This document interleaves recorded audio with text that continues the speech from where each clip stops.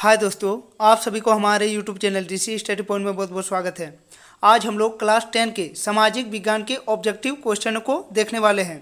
आज का हमारा यह वीडियो रिवीजन वीडियो है, इसलिए आज हम लोग 15 मिनट में कुल 120 क्वेश्चनों को देखने वाले हैं। तो दोस्तों, यदि आप लोग हमारे इस चैनल से नहीं जुड़े हैं तो हमारे इस चैनल से जल्दी जुड़ जाएं। तो चलिए दोस्तों, एक एक करके उन सवालों को देखते हैं।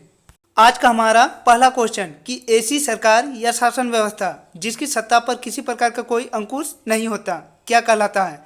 तो ऐसी सरकार को हम लोग निरंकुशवाद सरकार कहते हैं, इसीलिए ये सवाल का सही जवाब होगा ऑप्शन नंबर क, निरंकुशवाद। हमारा नेक्स्ट क्वेश्चन, हमारा अगला क्वेश्चन है कि मतदान के अधिकार को क्या कहा जाता है। तो मतदान के अधिकार को मताधिकार कहते हैं, इसीलिए इस सवाल का सही जवाब होगा ऑप्शन नंबर ख, मताधिकार। हमारा अगला क्वेश्चन, हमारा अगला क्वेश्चन है कि बास्तिल किले का पतन कब हुआ था।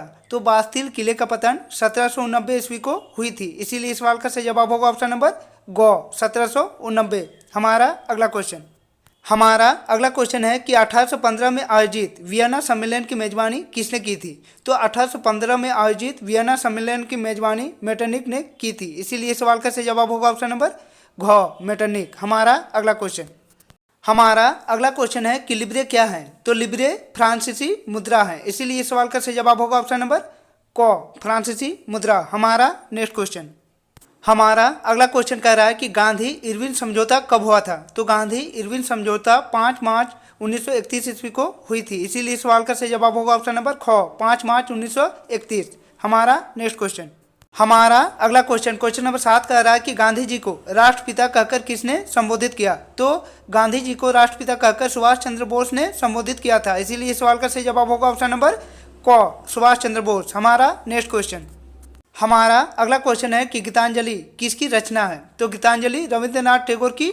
रचना है, इसीलिए सवाल का सही जवाब होगा ऑप्शन नंबर क, रविंद्रनाथ टैगोर। हमारा next question, question number 9, question number 9 कह रहा है कि हिंदुस्तान सोशलिस्ट रिपब्लिकन आर्मी की स्थापना किसने की थी।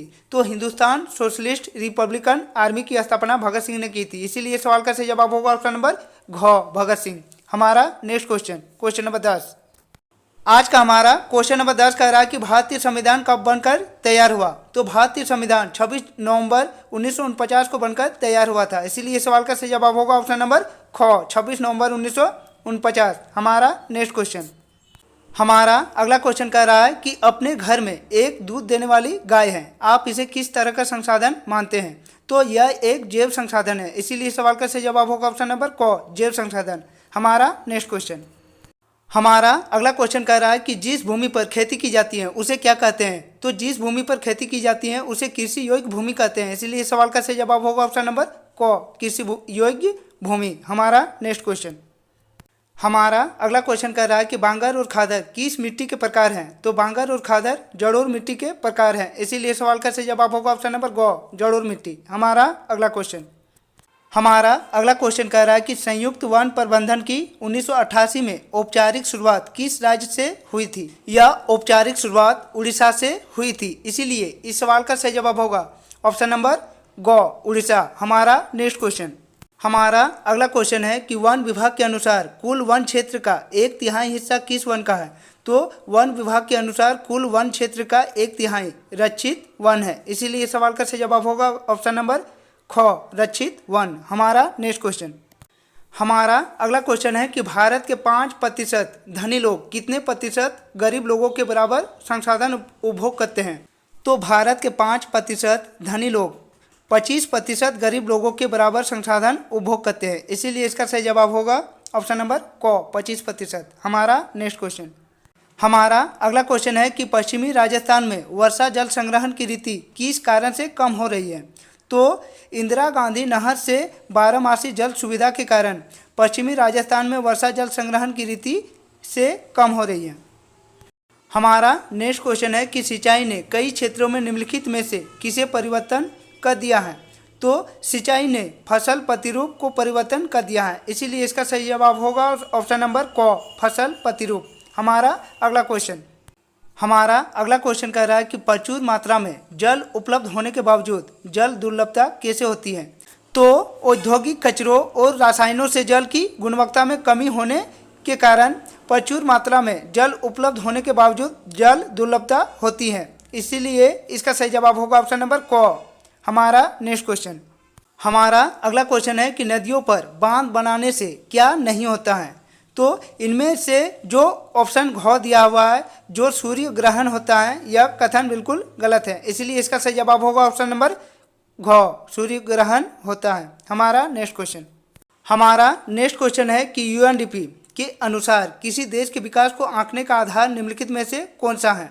तो यूएनडीपी प्रति व्यक्ति आय, लोगों की शिक्षा का स्तर और लोगों का स्वास्थ्य स्तर तीनों को आधार मानकर विकास को आंकता है। इसीलिए इसका सही जवाब होगा ऑप्शन नंबर घ, इनमें से सभी।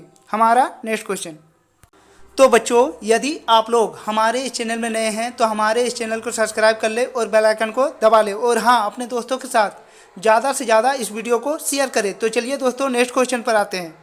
प्रति व्यक्ति आय को क्या कहते हैं। तो प्रति व्यक्ति आय को हम लोग औसत आय भी कहते हैं, इसलिए इसका सही जवाब होगा ऑप्शन नंबर क, औसत आय। हमारा अगला क्वेश्चन, हमारा अगला क्वेश्चन कह रहा है कि इनमें से कौन भावी पीढ़ी के कल्याण को परिभाषित करता है। तो इनमें से जो धारणीय विकास है वह भावी पीढ़ी के कल्याण को परिभाषित करती है, इसीलिए इसका सही जवाब होगा ऑप्शन नंबर ग, धारणीय विकास। हमारा अगला क्वेश्चन, हमारा अगला क्वेश्चन है कि सेवा क्षेत्र में इनमें से किस तरह की गतिविधियां शामिल होती हैं।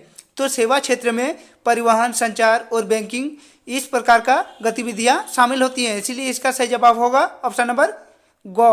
हमारा नेक्स्ट क्वेश्चन, हमारा अगला क्वेश्चन कह रहा है कि जीडीपी का विस्तारित रूप निम्नलिखित में से कौन सा है।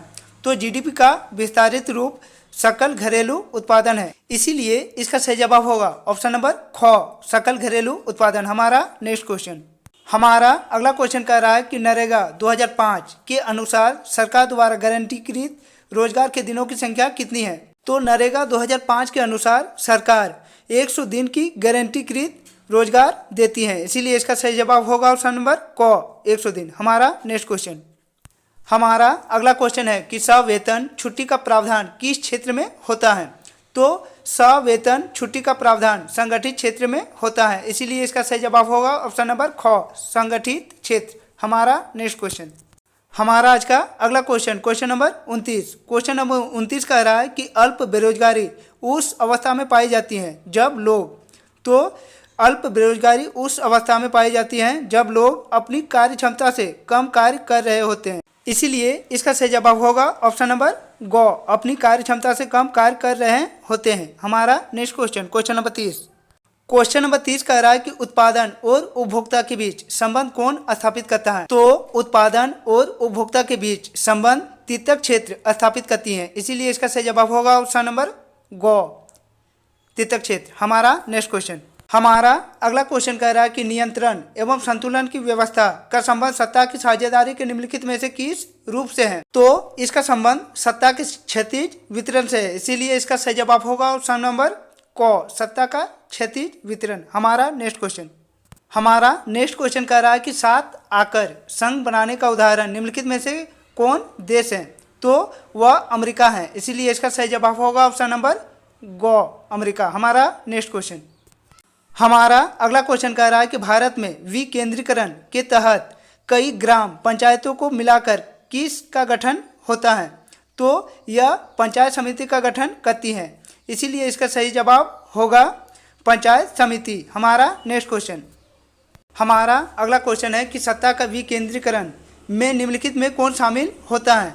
तो सत्ता का विकेंद्रीकरण में केंद्र सरकार, राज्य सरकार और स्थानीय सरकार तीनों सरकारें शामिल होती हैं, इसीलिए इसका सही जवाब होगा ऑप्शन नंबर घ, केंद्र सरकार, राज्य सरकार और स्थानीय सरकार। हमारा नेक्स्ट क्वेश्चन, हमारा अगला क्वेश्चन है कि नगर निगम के प्रधान को क्या कहते हैं। तो नगर निगम के प्रधान को मेयर कहा जाता है, इसीलिए इसका सही जवाब होगा ऑप्शन नंबर ग, मेयर। हमारा नेक्स्ट क्वेश्चन, क्वेश्चन नंबर 36। हमारा अगला क्वेश्चन है कि बोलीविया की सरकार ने कोचबम्बा शहर में जलापूर्ति का अधिकार किसे बेच दिया है। तो यह बहुराष्ट्रीय कंपनियों को बेच दिया था, इसीलिए इसका सही जवाब होगा ऑप्शन नंबर ग, बहुराष्ट्रीय कंपनी। हमारा नेक्स्ट क्वेश्चन, हमारा अगला क्वेश्चन है कि भारत में केंद्र में गठबंधन सरकार की शुरुआत किस दशक से प्रारंभ हुई।